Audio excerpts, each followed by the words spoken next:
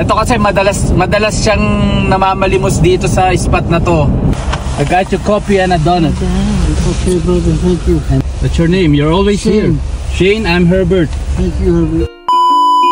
Ngayong araw, samahan nyo ako at ipapakita ko sa inyo na dito sa Canada ay may mga pulubi din na kahit nasa lamig ng panahon ay nakukuha pa rin nilang mamalimos. What? Dahil nga sa tuwing sinusundo ko si Mama Shell, madalas naming nakikita at binibigyan ng pagkain itong pulubing ito. Kaya naman nang masundo ko na si Mama Shell ay niyaya ko siya para bumili ng kape at makakain para dun sa pulubi. Hi, welcome to Tim Hortons. We will be right with you. Thank you. Umorder lang ako dito ng kape at ng ilang mga donuts para nga maiabot doon sa pulubi. Ginawa ko lang po itong bidyong ito hindi lang para ipakita ang aming pagtulong, kundi para ipakita na rin kung ano yung mga sitwasyon o nangyayari dito sa lugar namin sa Canada. Okay. Ngayon ay minus 15. Tingnan niyo yung labas, puro snow. Pakita mo yung labas. Ayan. Ito kasi madalas siyang namamalimos dito sa spot na to. Dito sa may Country Hills. Nakakaawa yung matanda. Ito, malapit na tayo. Oh, ayan guys, ayan yung namamalimos. Oh. Kita nyo naman sa ganito kalamig.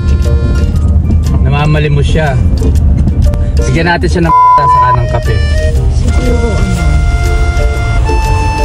So, I got your coffee. I got your coffee and a donut.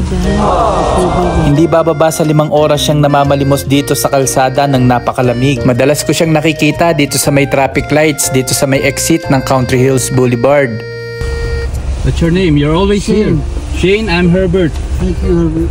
Okay. Have a good day. That, okay? Thank you. Okay. Kahit nga yayain mo siyang sumakay ay hindi rin siya sasama. Kawawa naman, ang lamig-lamig. Ayan siya oh. Grabe no.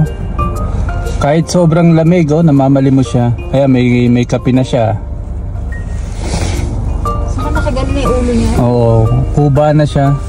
Isa lang si Shane sa mga pulube dito sa lugar namin sa Calgary na kahit nasa kalamigan ng winter ay talagang pinipili pa rin nilang mamalimos. Kung makikita nyo lang ang saya at ngiti niya nang matanggap niya yung kape at donuts. Alam ko maliit na bagay lang yon pero napakalaking tulong na yon para sa kanya. Nais lang namin iparating sa bidyong ito, hindi man tayo mayaman o marami mang bagay ang wala sa atin sa ngayon, may mga bagay pa rin na meron tayo na nararapat lang ipagpasalamat natin sa ating Diyos.